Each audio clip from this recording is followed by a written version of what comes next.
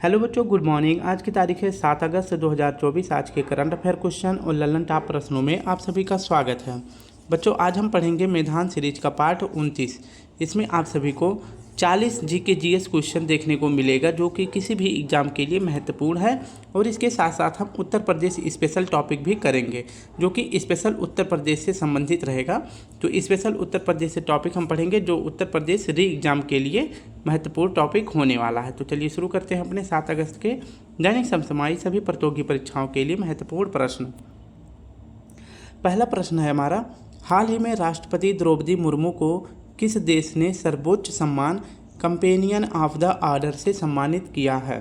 तो इसका सही जवाब हो जाएगा ऑप्शन ए, फिजी का यह सर्वोच्च सम्मान है। इसके बारे में अध्ययन करें तो राष्ट्रपति द्रौपदी मुर्मू जी अभी जो है फिजी की यात्रा पर गई हैं। और फिजी की यात्रा पर जाने वाले अगर पूछे कि पहले भारतीय राष्ट्रपति कौन बन गए हैं, तो वो बन गई हैं राष्ट्रपति द्रौपदी मुर्मू जी। और यहीं पर फिजी में ही इन्हें फिजी का सर्वोच्च नागरिक सम्मान, जिसे कंपेनियन ऑफ द ऑर्डर कहते हैं, से सम्मानित किया गया है। अगर वही देखें तो फिजी की राजधानी का नाम है सूबा। तो फिजी की राजधानी का क्या नाम है? सूबा। ये आपको याद रखना है।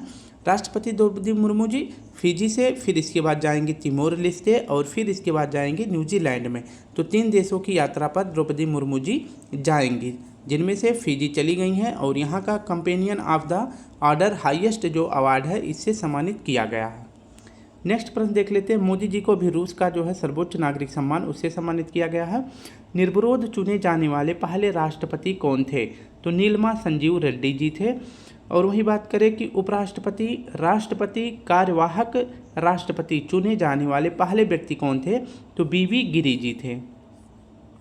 सेकंड प्रश्न हमारा है, हाल ही में रिम्पैक 2024 में किस जहाज ने नौसेना गनफायर सहायता प्रतियोगिता और रेडियो ट्रॉफी जीती है? तो इसका सही जवाब हो जाएगा ऑप्शन सी। रिम्पैक 2024 इसका आयोजन पूछे कहाँ किया गया है? तो हवाई द्वीप यूएसए में किया गया है, जिसमें रेडियो ट्रॉफी या फिर इसे ही नौसेना गनफायर सहायता प्रतियोगिता भी कहते हैं। इसमें विजेता अगर पूछे कौन बना है भारत की तरफ से, तो इसमें विजेता बना है आईएनएस यानी इंडियन नेवल शिप शिवालिक, इसमें विजेता बना है। आईएनएस शिवालिक का अगर पूछे निर्माण किस कंपनी ने किया है, तो मझगांव डॉक लिमिटेड ने किया है। और अभी जो है भारत सरकार के द्वारा मझगांव डॉक लिमिटेड कंपनी को नवरत्न कंपनी का दर्जा भी प्रदान किया गया है। तो ये हमारा सही जवाब हो जाएगा। रिम्पैक 2024 का आयोजन यूएसए हवाई द्वीप पर किया गया है। और यहीं पर रेडियो ट्रॉफी या नौसेना गनफायर सहायता प्रतियोगिता किसने जीता है? तो यह आईएनएस शिवालिक ने जीता है। एक क्वेश्चन आप सभी के लिए और है, ये भी करंट अफेयर का क्वेश्चन है। हाल ही में जीवन दान अवार्ड किस प्रदेश को मिला है? तो यह आंध्र प्रदेश को मिला है। आंध्र प्रदेश के सीएम कौन है? तो चंद्रबाबू नायडू जी हैं, जो कि टीडीपी पार्टी के ये सीएम चुने गए हैं। आंध्र प्रदेश की राजधानी का क्या नाम है? अमरावती है। और आंध्र प्रदेश के डिप्टी सीएम कौन बनाए गए हैं? तो पवन कल्याण जी बनाए गए हैं। भारत का पहला सर्वेक्षण जहाज पूछे कौन सा है? तो आईएनएस संधायक है। नेक्स्ट हमारा प्रश्न है तीसरा, हाल ही में पंजीकरण अधिनियम की धारा 77A को किसने असंवैधानिक घोषित किया है? तो इसका सही जवाब हो जाएगा मद्रास हाई कोर्ट ने असंवैधानिक घोषित किया है। इसके बारे में व्याख्या देखें तो मद्रास हाई कोर्ट ने पंजीकरण अधिनियम 1908 की धारा 77A को असंवैधानिक घोषित कर दिया है। क्यों ऐसा किया गया है? क्योंकि जो जिला रजिस्ट्रार हैं उनके पास असीमित शक्तियां दे दी गई है संपत्ति के अधिकार के लिए, ठीक है। तो जो वास्तविक मालिक होते हैं संपत्ति के, उनको जो है इससे जो है काफ़ी कठिनाई और क्षति होती है। इसलिए मद्रास हाई कोर्ट ने 77A धारा को जो है असंवैधानिक घोषित कर दिया है, जो कि पंजीकरण अधिनियम 1908 में बनाया गया था। भारत में वर्तमान में हाई कोर्ट की संख्या अगर पूछे कितनी है, तो भारत में वर्तमान में 25 हाई कोर्ट हैं। नवीनतम पूछे कौन सा हाई कोर्ट है, तो अमरावती हाई कोर्ट है, जो कि आंध्र प्रदेश में है। कलकत्ता सुप्रीम कोर्ट की स्थापना किस अधिनियम से की गई थी? तो अधिनियम था 1773 का रेगुलेटिंग एक्ट। और स्थापना अगर पूछे कब किया गया था, किस सन में, तो सन का नाम हो जाएगा, एक सेकेंड, 1774 में स्थापना किया गया था। रेगुलेटिंग एक्ट था 1773 रेगुलेटिंग एक्ट। जिसकी पहली मुख्य न्यायाधीश पूछे कौन बनाई गई थी, तो एलिजा एम्परे बनाई गई थी। और भारत में पूछे सबसे बड़ा हाई कोर्ट कौन सा है, तो भारत का सबसे बड़ा हाई कोर्ट है इलाहाबाद हाई कोर्ट। चौथा प्रश्न हमारा है, हाल ही में आपदा जोखिम के लिए SBI जनरल इंश्योरेंस से समझौता करने वाला देश का पहला राज्य कौन सा है, तो इसका सही जवाब हो जाएगा ऑप्शन ए नागालैंड। इसके बारे में व्याख्या देखें तो SBI जनरल इंश्योरेंस के साथ अगर पूछे समझौता करने वाला पहला राज्य कौन सा है भारत का, तो नागालैंड है। तो SBI जनरल इंश्योरेंस के साथ समझौता करने वाला भारत का पहला राज्य कौन है, तो नागालैंड है। ये आपको याद रखना है। यह समझौता किस लिए किया गया है, क्योंकि आपदा जोखिम को कम करने के लिए यह समझौता SBI और नागालैंड के बीच में किया गया है। और यह समझौता करने वाला अगर पूछे भारत का पहला राज्य कौन सा है, तो पहला राज्य है नागालैंड। SBI अगर पूछे SBI की स्थापना कब की गई थी, तो SBI की स्थापना 1 जुलाई 1955 को किया गया था। इसके वर्तमान अध्यक्ष कौन है, तो श्रीनिवासलू शेट्टी जी हैं। इम्पीरियल बैंक की स्थापना कब की जाती है, तो 1921 को किया जाता है। 3 बैंकों को मिलाकर इसकी स्थापना की जाती है, bank of Calcutta, bank of Bombay, bank of Madras. तो इन 3 बैंकों को जो है मिलाकर 1921 में इम्पीरियल बैंक का गठन किया जाता है। और फिर इसके बाद इम्पीरियल बैंक को 1 जुलाई 1955 में इसका नाम बदलकर SBI कर दिया जाता है, ठीक है। जिसके वर्तमान अध्यक्ष कौन है, श्रीनिवासलू शेट्टी जी हैं। नेक्स्ट अब देख लेते हैं नागालैंड के बारे में। नागालैंड की स्थापना अगर पूछे राज्य के रूप में कब किया गया था, तो 1 दिसंबर 1963 को किया गया था। इसलिए 1 दिसंबर को हर साल कौन सा फेस्टिवल मनाया जाता है, तो हॉर्नबिल फेस्टिवल मनाया जाता है नागालैंड में, और यह 10 दिनों तक चलने वाला फेस्टिवल है। 5वां प्रश्न है, हाल ही में वर्ष 2024 फॉर्चून ग्लोबल 500 सूची में किसे भारतीय संस्थानों में शीर्ष स्थान मिला है, तो इसका सही जवाब हो जाएगा option B, Reliance Industries Limited को पहला स्थान मिला है भारतीय संस्थानों में। इसकी व्याख्या देखें तो 2024 फॉर्चून ग्लोबल 500 की सूची जो है जारी की गई है, जिसमें विश्व की शीर्ष 500 कंपनियों को शामिल किया गया था। इसमें जो है भारत की 9 कंपनियों को शामिल किया गया है। 500 कंपनियों में भारत की तरफ से कितनी कंपनियां शामिल हुई हैं, तो 9 कंपनी शामिल हुई है। जिसमें पूछे भारत की ओर से टॉप पर कौन सी कंपनी रहा है, तो रिलायंस इंडस्ट्री रहा है, जिसका स्थान भारत में पहला है। जबकि पूछे 500 कंपनियों में या फिर विश्व में रिलायंस इंडस्ट्री का स्थान कौन सा है, तो 86वां स्थान है, ये याद रखना है। और वहीं पूछे कि विश्व में पहला स्थान किस कंपनी का है, जो 2024 के फॉर्चून ग्लोबल में पहला स्थान प्राप्त करी है, तो इसका नाम है वॉलमार्ट कंपनी। और ये कहाँ की कंपनी है, तो यह USA की कंपनी है। भारत में टॉप पर कौन सा है, तो रिलायंस इंडस्ट्रीज है, और यह विश्व में इसका स्थान है 86वां स्थान। अब कुछ महत्वपूर्ण इंडेक्स में भारत की रैंक देखते हैं।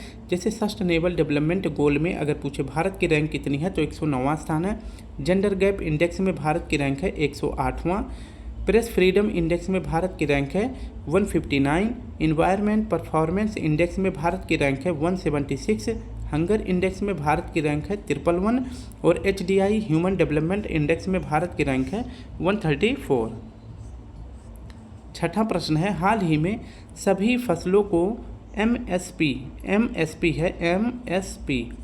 के दायरे में लाने की घोषणा किसने करी है, तो सभी फसलों को MSP के दायरे में लाने की घोषणा किस राज्य सरकार ने करी है, तो इसका सही जवाब हो जाएगा ऑप्शन सी, हरियाणा सरकार ने किया है। MSP का फुल फॉर्म क्या होता है, तो MSP का फुल फॉर्म होता है मिनिमम सपोर्ट प्राइस, हिंदी में न्यूनतम समर्थन मूल्य कहते हैं। अगर पूछे MSP कौन तय करता है, यानी MSP जो है कौन लगाता है, तो यह लगाया जाता है CACP संस्था के द्वारा। CACP का फुल फॉर्म क्या होता है, commission for agriculture cost and price इसका फुल फॉर्म होता है। हिंदी में कृषि लागत और मूल्य आयोग कहते हैं। इसकी स्थापना अगर पूछे तो कब किया गया था, तो CACP की स्थापना 1965 में किया गया था। और CACP के द्वारा अगर पूछे वर्तमान में भारत में कितनी फसलें हैं, तो 22 फसलें हैं जिन पर MSP लागू किया जाता है। अभी जो है हरियाणा सरकार के जो सीएम हैं नायब सिंह सैनी के द्वारा सभी फसलों पर एमएसपी लागू किया गया है। तो सभी फसलों पर एमएसपी लागू करने की घोषणा किसने करी है? तो हरियाणा सरकार के द्वारा किया गया है, जिसके सीएम कौन बनाए गए हैं? तो नायब सिंह सैनी जी बनाए गए हैं। एमएसपी अगर पूछे लागू करने के लिए किस समिति का गठन किया गया था? तो एमएस स्वामीनाथन कमेटी का गठन किया गया था। एमएस स्वामीनाथन कमेटी ने ही कई यह बात कही थी कि जो लागत है उसका 1.5 गुना जो है किसे मिलना चाहिए? लागत का 1.5 गुना किसे मिलना चाहिए? तो किसानों को मिलना चाहिए। ये बात किस कमेटी में कही गई है? तो एमएस स्वामीनाथन में कहा गया है। 7वां प्रश्न हमारा है, हाल ही में हिरोशिमा दिवस 2024 कब मनाया गया है? तो हिरोशिमा दिवस जो है हर साल मनाया जाता है 6 अगस्त को। 6 अगस्त को हिरोशिमा दिवस मनाया जाता है। और हिरोशिमा अगर पूछे शहर किस देश में है? तो यह जापान में है।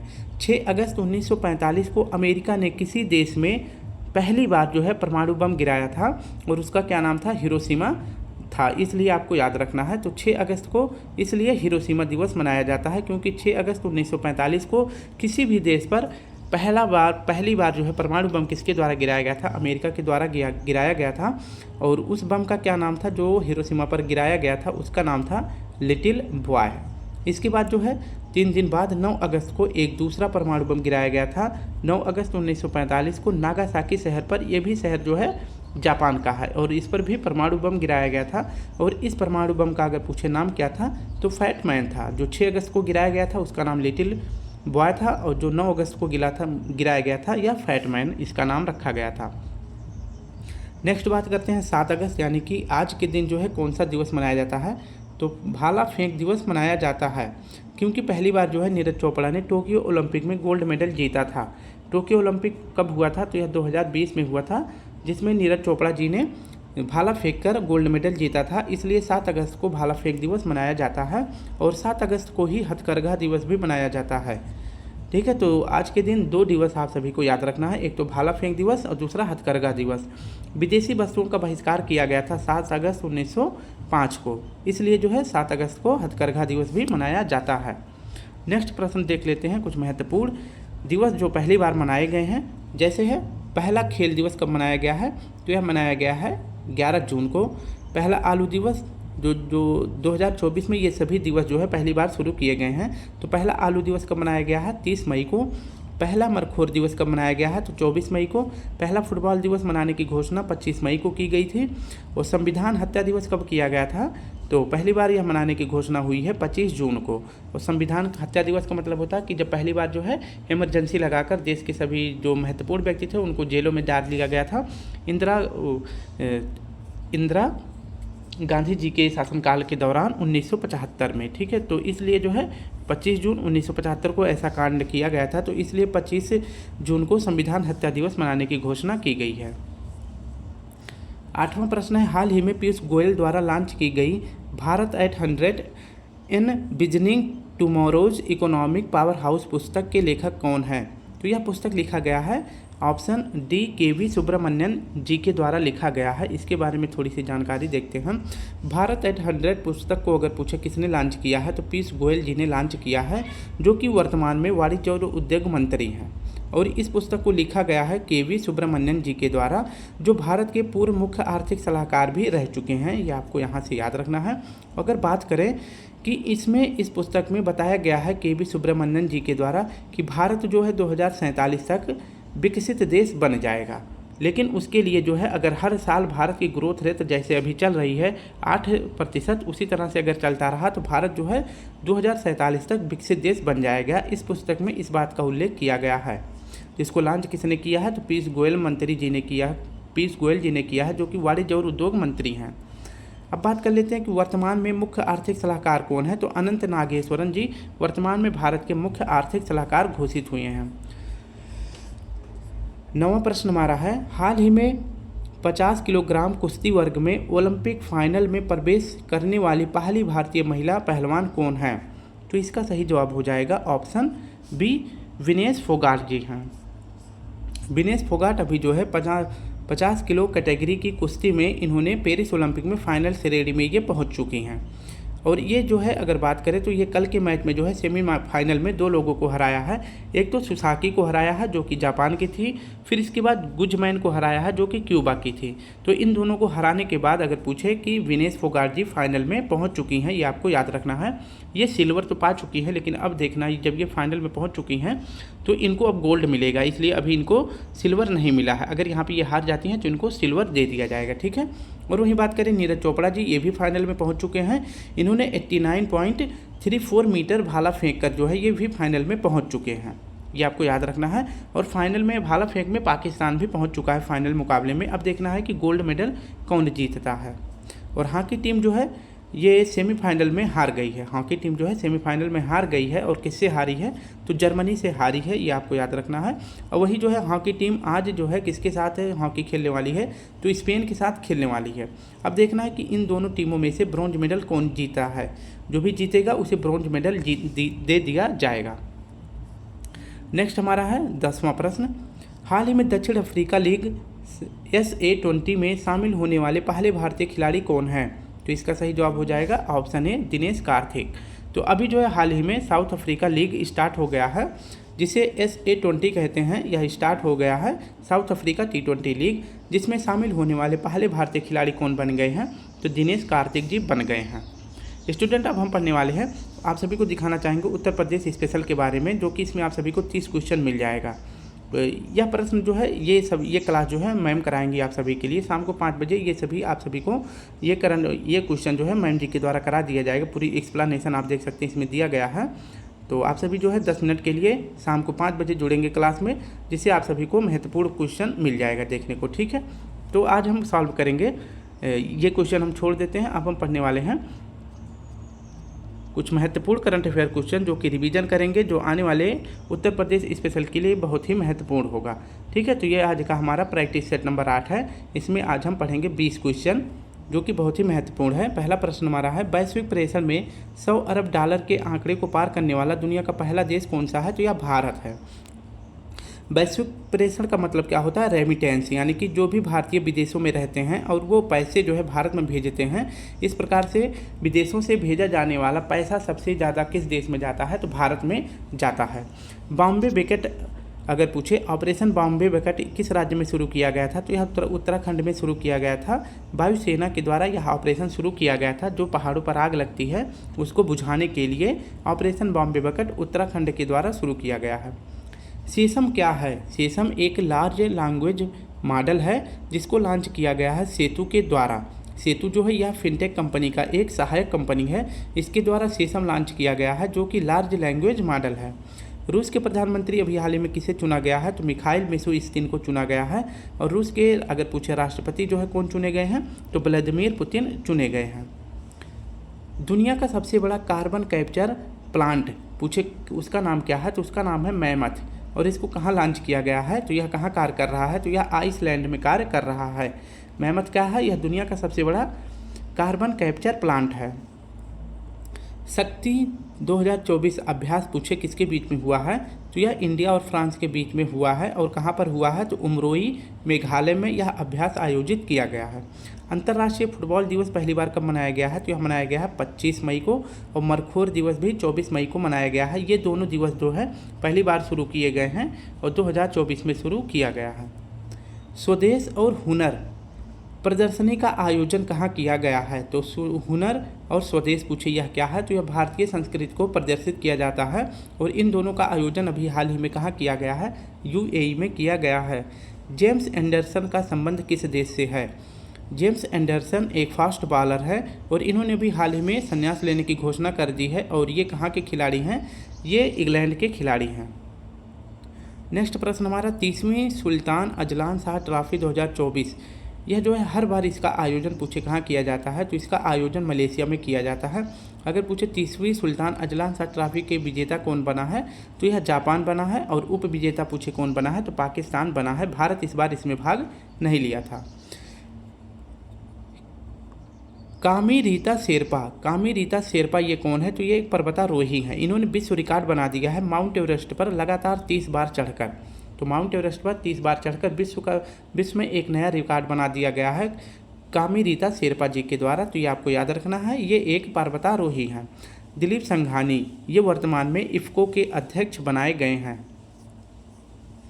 ड्रोन दीदी पायलट प्रोजेक्ट अगर पूछे किसने लॉन्च किया है, तो यह लॉन्च किया गया है महिंद्रा कंपनी के द्वारा। और किसके लिए शुरू किया गया है, तो यह प्रोजेक्ट शुरू किया गया है महिलाओं के विकास के लिए। हनुमान क्या है, तो हनुमान एक क्रांतिकारी जनरेटिव चैटबॉट है, ये भी आपको यहाँ से याद रखना है। नेक्स्ट हमारा है ऑपरेशन सद्भावना, यह कहाँ शुरू किया गया है, तो यह लॉन्च किया गया है सिक्किम में। शाहिद बेहेश्ती पोर्ट, इस पर जो है अभी अधिकार संचालन किसे दे दिया गया है, तो यह भारत को दे दिया गया है शाहिद बेहेश्ती एयरपोर्ट का। और अगर बात करें कि शाहिद बेहेश्ती एयरपोर्ट किस देश में है, तो यह ईरान में है। ईरान का एक चाबहार पोर्ट है जिसको भारत ने बनाया था। इसी चाबहार पोर्ट का एक छोटा सा भाग है जिस पर अधिकार अभी किसको दे दिया गया है, भारत को दे दिया गया है। Memory of the world Asia Pacific regional register, इसको पूछे किसने लॉन्च किया है, तो यह लॉन्च किया गया है यूनेस्को के द्वारा। इस रजिस्ट्रार में भारत के 3 ग्रंथ को शामिल किया गया है। तो क्वेश्चन इंपॉर्टेंट है, याद रखेंगे। भारत के 3 ग्रंथों को अगर पूछे कहाँ शामिल किया गया है यूनेस्को के द्वारा, तो memory of the world Asia Pacific regional register में शामिल किया गया है। पहली पुस्तक का नाम है पंचतंत्र, दूसरी पुस्तक है, दूसरा ग्रंथ है, ये सभी ग्रंथ हैं।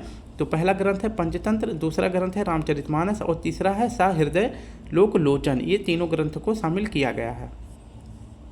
18वां प्रश्न हमारा है, पहली बार भारत पर्व का आयोजन कहाँ किया गया है, तो पहली बार जो है भारत पर्व का आयोजन कांस फिल्म महोत्सव फ्रांस में किया गया है। साहित्य अकादमी फेलोशिप इस बार किसे दिया गया है, तो यह अवार्ड दिया गया है रसिन बॉन्ड जी को। नेक्स्ट और आज का आखिरी प्रश्न हमारा है, मेघालय की पहली महिला डीजी किसे बनाया गया है, तो यह इदा सेसा नोग्रोंग जी को बनाया गया है। तो इदा सीसा नोग्रांग ये मेघालय की पहली महिला डीजी बनाई गई हैं। तो स्टूडेंट आप सभी शाम को जरूर जुड़ेंगे, जिससे आप सभी को मैम जो है करंट अफेयर स्पेशल में जो उत्तर प्रदेश के टॉपिक हैं इसको सॉल्व कराने वाली हैं। तो 5 बजे शाम को जरूर जुड़े 10 मिनट के लिए, जिसमें आप सभी को 30 क्वेश्चन पूरी व्याख्या के साथ दे दिया जाएगा। और आज का क्लास अच्छा लगे, कोई अगर दिक्कत रहे, कोई प्रॉब्लम रहे, तो आप सभी हमें जरूर कमेंट बॉक्स में बताएं। और अपना अच्छे से पढ़ाई करते रहे, और कल फिर मिलते हैं। तब तक के लिए आप सभी को प्यारा सा जय हिंद, जय भारत।